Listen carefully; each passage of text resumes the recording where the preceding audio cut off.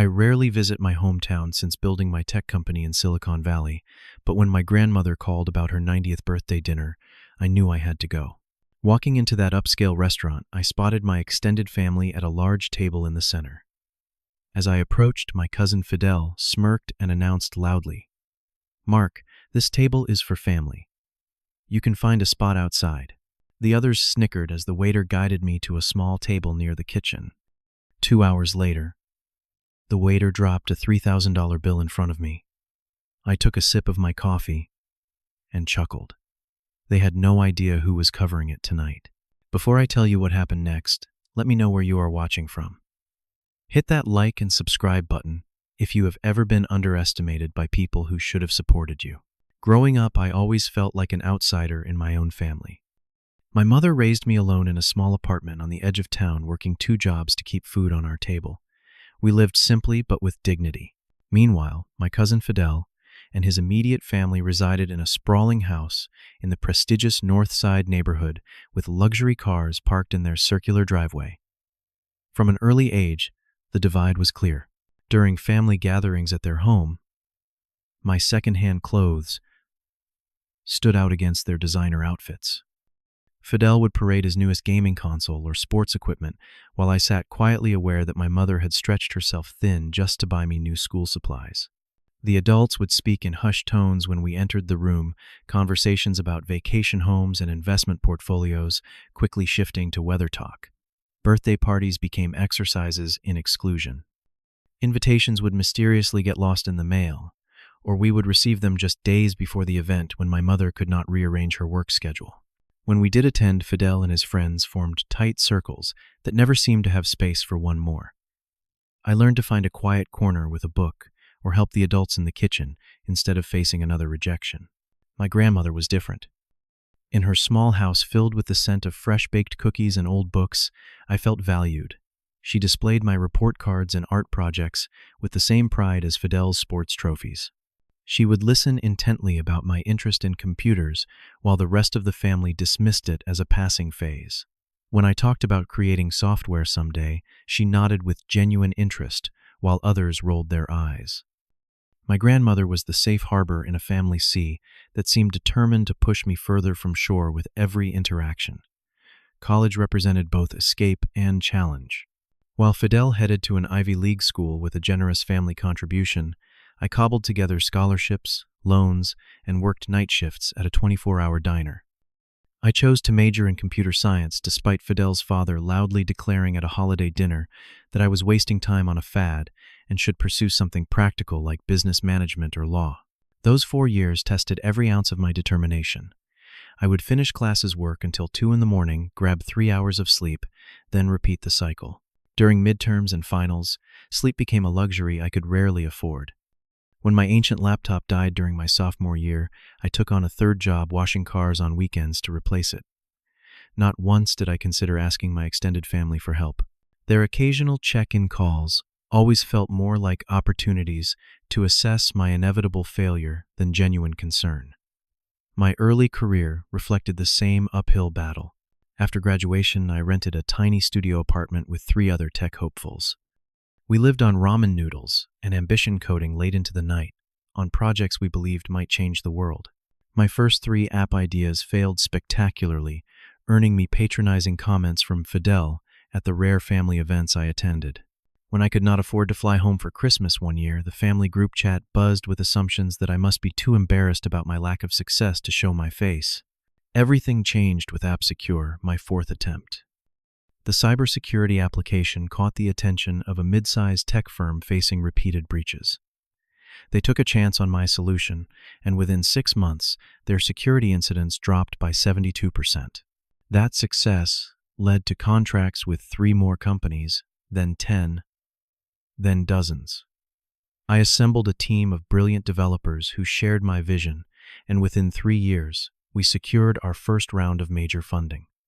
Despite the growing success, I maintained a relatively modest lifestyle. I upgraded from the studio to a comfortable but not extravagant apartment, drove a practical car, and invested most profits back into the company. Few in my family knew the extent of my accomplishments because I rarely shared details during our infrequent interactions. Silicon Valley publications and tech blogs told a different story, one of a rising star in cybersecurity innovation, but my relatives never ventured into that world. So when my grandmother called about her 90th birthday celebration, genuine emotion filled her voice. She wanted all her descendants together, a wish I could not deny her despite my reservations. After 8 years away from hometown events, I would finally return, not as the struggling student or failed entrepreneur they remembered, but as the founder and CEO of a company now valued at over $300 million. Yet wealth was not the victory I wanted to display. I simply wanted to be acknowledged as part of the family that had so often pushed me aside. The restaurant Fidel, selected for grandmother's birthday celebration, exuded old money sophistication. Crystal chandeliers hung from ornate ceilings, while servers in crisp white shirts navigated between tables draped in pristine linens. A stone fountain created gentle background music in the center of the main dining area, where my family occupied the largest table. I arrived precisely on time, dressed in a custom-tailored navy suit that would appear understated to the untrained eye. No flashy logos or obvious designer touches, just impeccable fit and fabric that spoke quietly of success. As I approached the table, several relatives glanced up with expressions of vague recognition that quickly transformed into poorly disguised surprise. My grandmother spotted me first, her face lighting up with genuine joy as she attempted to rise from her seat. I quickly moved to her side, leaning down to embrace her fragile form. The familiar scent of her lavender perfume transported me back to those childhood afternoons in her kitchen, the only place I had felt truly accepted. Just as I was about to pull up a chair beside her, Fidel cleared his throat dramatically. His hairline had receded since I last saw him, though his confident smirk remained unchanged. He wore an ostentatious watch that caught the light with every exaggerated gesture. "Mark this table is for family," he announced loudly enough, for nearby diners to turn their heads. "You can find a spot outside." He gestured vaguely toward a small table near the kitchen doors, where servers bustled past with loaded trays. Several family members snickered, while others suddenly became intensely interested in their menu cards. My Aunt Patricia Fidel's mother made a show of adjusting her pearl necklace, while my Uncle Thomas nodded in agreement with his son. The cool confidence in their expressions revealed they still viewed me as the same struggling outsider, regardless of my actual achievements. "But Thomas, he is family," my grandmother protested, her voice quavering slightly. "Mother, we planned the seating arrangements carefully," my uncle responded with exaggerated patience. "There simply is not room at this table. Mark understands, do you not, Mark?" The hostess, who had been hovering nearby, stepped forward awkwardly. "Sir, I can set you up at this table here." She pointed to the small two-person table Fidel had indicated. "I am so sorry for the confusion." I maintained a neutral expression, nodding calmly despite the familiar ache spreading through my chest. The same dismissal, the same exclusion, just with better lighting and expensive wine. I leaned down to kiss my grandmother's cheek, promising to speak with her properly after dinner, then followed the hostess to my assigned outpost. From my isolated position, I could observe the family dynamics playing out in high definition. Fidel dominated the conversation, gesturing grandly as he described his recent business ventures. I knew from industry connections that his investment firm was actually struggling after a series of poor decisions, but his animated boasting suggested nothing but triumph.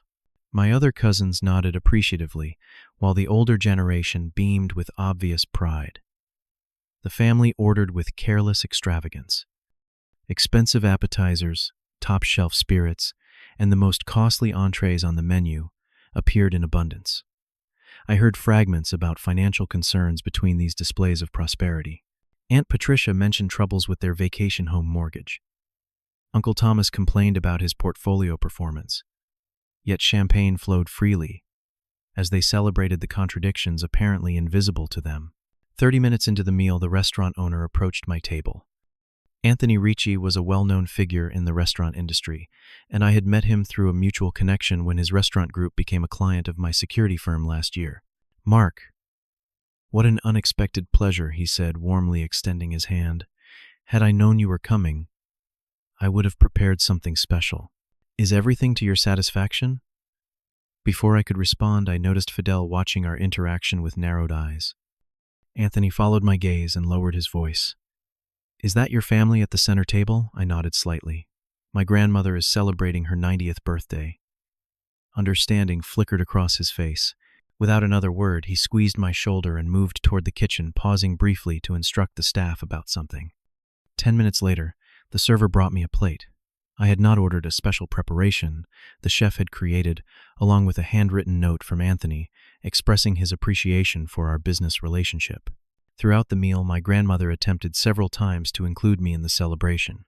Her fragile voice called out questions about my life in California, only to be overridden by Fidel, announcing that everyone must hear about his recent golf trip to Scotland. When she suggested I join them at the main table for dessert, my Aunt Patricia smoothly interjected that the cake presentation required carefully arranged seating. By the time coffee was served, the accumulated slights had formed a familiar weight. Yet something was different this time. The pain no longer cut as deeply as it once had.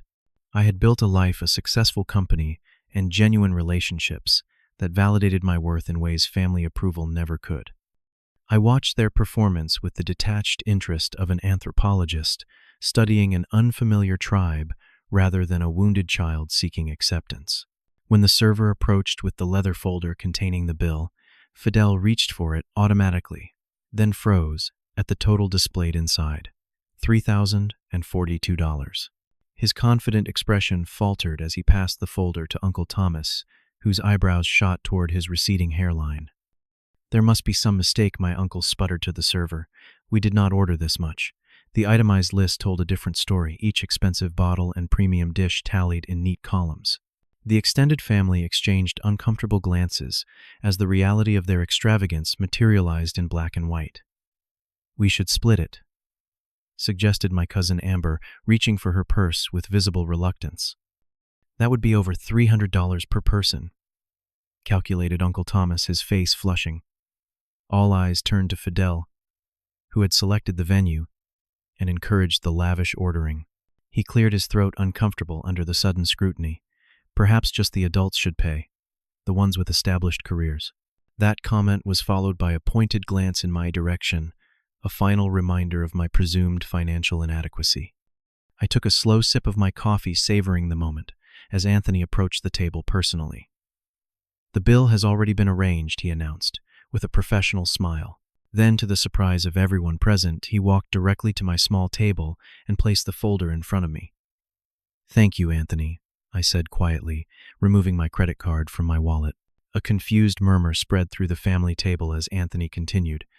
"Mr. Wilson is one of our most valued clients. His company provides cybersecurity for our entire restaurant group. We are honored to have him dining with us tonight." I could almost hear the mental calculations happening around the table as family members processed this new information. Fidel sat frozen, his mouth slightly open, champagne glass suspended midair. "You know each other, my Aunt Patricia?" asked her voice higher than usual. Anthony nodded. "Mr. Wilson is quite well known in Silicon Valley. His security firm protects some of the largest tech companies in the country." He turned to me with genuine respect. "I did not realize this was your family celebration. Please extend our congratulations to the guest of honor." As Anthony departed, a heavy silence descended on the main table. I signed the bill, adding a generous tip for the server who had navigated the awkward dynamics all evening with grace. When I looked up, every family member was staring at me with expressions ranging from shock to sudden calculated interest. Uncle Thomas was the first to recover. "Mark, my boy, you should have said something about your business. We had no idea you had become so established." My grandmother was beaming with undisguised pride, though she alone did not seem surprised by the revelation. I moved to sit beside her, no longer waiting for permission, and took her weathered hand in mine. "AppSecure has done well," I acknowledged simply. "We provide cybersecurity solutions for companies across several industries. The restaurant group is just one of our clients. Silicon Valley fancy clients picking up $1,000 dinner tabs." Fidel attempted a casual laugh that came out more like a cough. Who would have thought little Mark, with his computer obsession, would end up somewhere? I always told everyone you would make it someday. The The blatant revision of history hung in the air like cheap cologne. I could have listed dozens of occasions where Fidel had predicted my failure, sometimes to my face, often behind my back.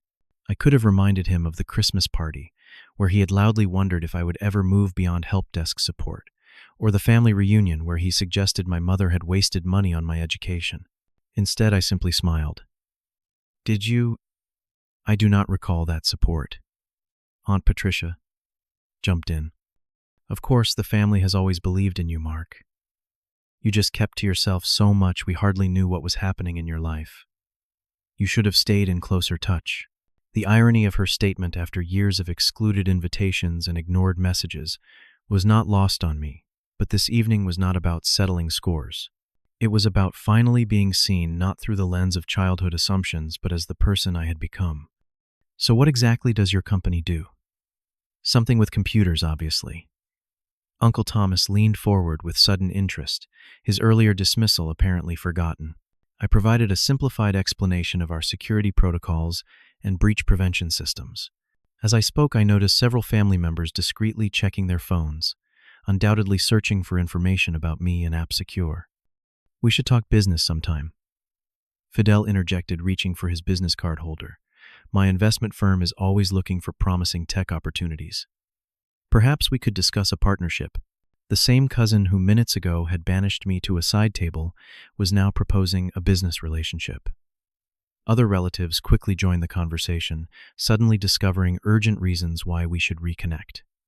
Cousin Amber mentioned her son was interested in computers and would love my advice. Uncle Thomas recalled how he had always seen potential in me, conveniently forgetting his dismissive comments about my career choice. Throughout this transformation, I maintained a polite but measured response.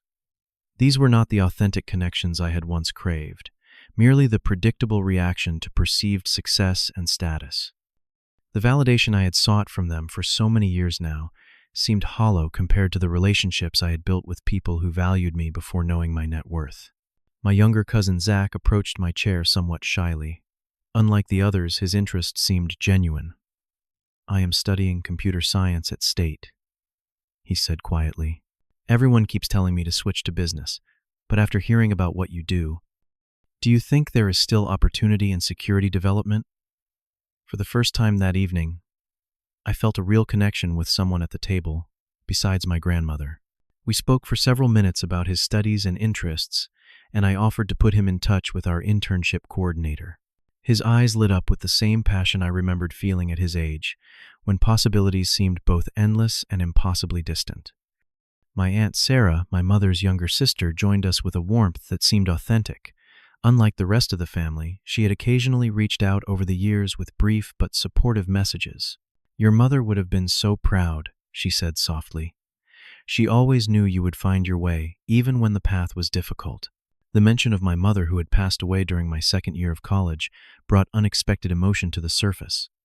She had never witnessed my eventual success, but had believed in it, completely working herself to exhaustion to give me the foundation I needed.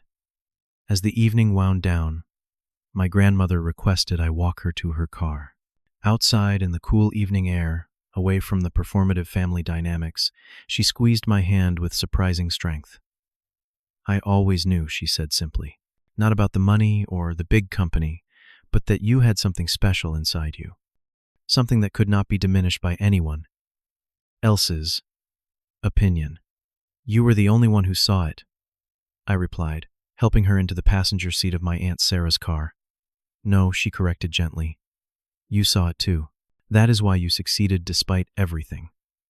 Promise, you will visit me more often now, not because of tonight, but because life is too short for missed connections." I promised her I would, knowing this was one family relationship worth nurturing, regardless of the past. As I closed her car door, I noticed Fidel watching from the restaurant entrance, his expression unreadable in the dim light. In the weeks following grandmother's birthday dinner, my phone buzzed constantly with messages from relatives who had suddenly discovered my contact information. LinkedIn requests poured in from cousins who had previously shown no interest in my career. Fidel called 3 times to discuss potential investment opportunities, each message more desperate than the last, as I maintained my silence. The experience forced me to consider what I actually wanted from these family connections. The childhood longing for acceptance had evaporated in the face of their transparent motivations. Instead, I found myself drawn to the possibility of authentic relationships with the few who had shown genuine interest beyond my financial status. I began monthly video calls with my grandmother, sending her a tablet preloaded with simple instructions so she could see my face as we talked. These conversations became a treasured routine, her wisdom and unconditional support as valuable now as during my childhood struggles. When she mentioned having difficulty navigating her medical bills, I quietly arranged for a healthcare coordinator to assist her, wanting to support her independence rather than create dependence. Zach, my younger cousin studying computer science, accepted my offer to connect with our internship program. Unlike Fidel and others seeking to leverage my success, Zach demonstrated genuine passion and commitment. He worked diligently during his summer position, impressing our senior developers with his innovative approach to problem solving. I recognized in him the same determination that had carried me through my own obstacles, and took care to mentor him as a professional without creating favoritism. For the opportunistic relatives, I established clear boundaries. I responded politely but briefly to their messages, deflected business proposals, and declined invitations to events that seemed designed to showcase their suddenly discovered successful relative. Their interest predictably waned when they realized I would not be a source of easy investments or career advantages. The experience catalyzed deeper reflection about the lingering effects of family rejection on my own emotional landscape. Despite professional success, I recognized patterns of overworking difficulty, trusting close relationships, and persistent feelings of needing to prove my worth. With the encouragement of a trusted friend, I began working with a therapist who specialized in family dynamics. The therapy process was challenging but transformative. I confronted buried feelings of inadequacy that had driven my relentless work ethic and reluctance to celebrate achievements. I examined how early experiences of exclusion had shaped my relationships, often keeping people at a safe distance to avoid potential rejection. Most importantly, I began to separate my self-worth from external validation, whether from family members or professional accomplishments. This internal work coincided with an evolution in how I defined success. The early years of building AppSecure had been focused on conventional metrics, growth statistics, client acquisition, profit margins. While these remained important for the business, my personal satisfaction increasingly came from creating opportunities for others. We expanded our internship program to target students from disadvantaged backgrounds with limited access to tech education. I established a mentorship initiative pairing industry veterans with promising developers from underrepresented communities. Perhaps the most meaningful development came from an unexpected quarter. My Aunt Sarah, who had shown genuine warmth at the birthday dinner, invited me for coffee during my next visit to see grandmother. Over 2 hours in a quiet corner cafe, we reconstructed fragments of family history I had never fully understood. She shared stories of my mother as a young woman, her determination to forge her own path despite family pressure. She explained tensions between family branches that predated my birth contexts, that partially explained but never justified how I had been treated. Through Sarah, I developed a more nuanced understanding of the family dynamics without excusing the behavior. She became a bridge to my mother's memory, sharing photographs and anecdotes I had never seen or heard. We established a relationship based on genuine connection, rather than obligation or advantage, proof that family bonds could be meaningful when built on mutual respect. 6 months after the restaurant incident, I returned to my hometown to host a dinner at my grandmother's favorite local restaurant. I invited only her Aunt Sarah, Zach, and 2 cousins who had made sincere efforts to establish authentic connections. The evening was warm, full of genuine conversation and laughter. No performance, no posturing, no hidden agendas. My grandmother watched the easy interaction with visible contentment, her greatest wish for family unity partially fulfilled, if in an unexpected configuration. As I reflect on the journey from excluded child to successful adult, I recognize the profound truth that success itself was never the answer to family rejection. The measure of growth came not from proving their assumptions wrong, but from freeing myself from needing their approval at all. True wealth emerged from building a life aligned with my own values, surrounded by people who appreciate authenticity over achievement. The most valuable lesson came from recognizing that family exists in multiple forms. There is the family we are born into, with all its complicated history and dynamics. Then there is the family we create through meaningful connections with friends, colleagues, and mentors who see our authentic selves. Both can have value, but the latter provides the foundation for genuine belonging. What does your family look like? Is it defined by blood relations, or by the people who truly see and support you? Comment below and share your experiences with finding your authentic tribe. If this story resonated with you, please like, subscribe, and share with someone who might need a reminder that their worth is not determined by others' recognition. Thank you for listening, and remember that sometimes the most powerful response to rejection is not revenge, but creating a life so fulfilling that approval becomes irrelevant.